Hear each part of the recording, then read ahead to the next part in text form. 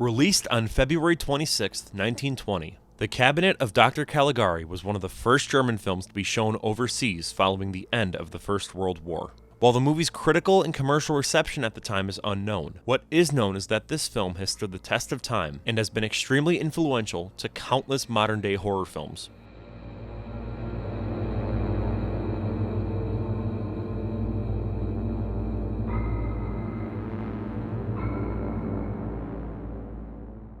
This is widely considered to be the pinnacle of the German Expressionism film movement, a movement that spawned as a direct result of the dread many Germans felt after the horrific events and devastation of the First World War. The production design is immaculate, with the set having these odd angles and jagged edges. The usage of shadows makes this film have a dreamlike quality to it. The movie has quite a unique narrative structure. The events of the film are told to the audience via an unreliable narrator that goes by the name of Francis. He recalls a time when he and his friend Alan went to a carnival. There they met a man named Dr. Caligari, who shows off a parasomniac by the name of Cesare. Caligari claims that Cesare can see into the future. Challenging this, Alan asks Cesare for the date of his death, and Cesare tells him he will die the next day.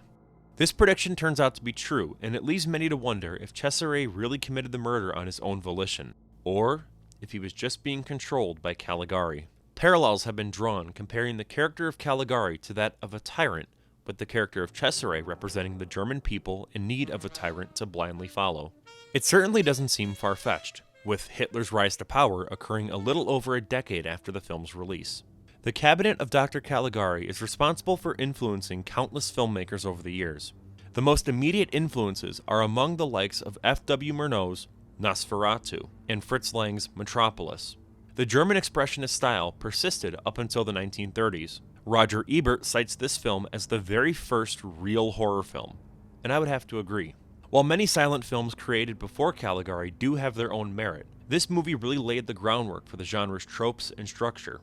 Look no further than the mad scientist archetype, as portrayed by Dr. Caligari. Had it not been for Werner Krauss's depiction of the character, we may not have gotten Colin Clive's portrayal of Dr. Henry Frankenstein. It's alive! Oh, it's alive! It's alive! It's alive! It's alive! Oh, in the name of God! Now I know what it feels like to be God! Even the concept of a monster running rampant and falling in love with a woman is common in other classic horror films like King Kong and The Mummy. Either way, The Cabinet of Dr. Caligari is extremely unique. Again, this is another silent film, but it still has a lot of merit, and its influences carry on to even this day.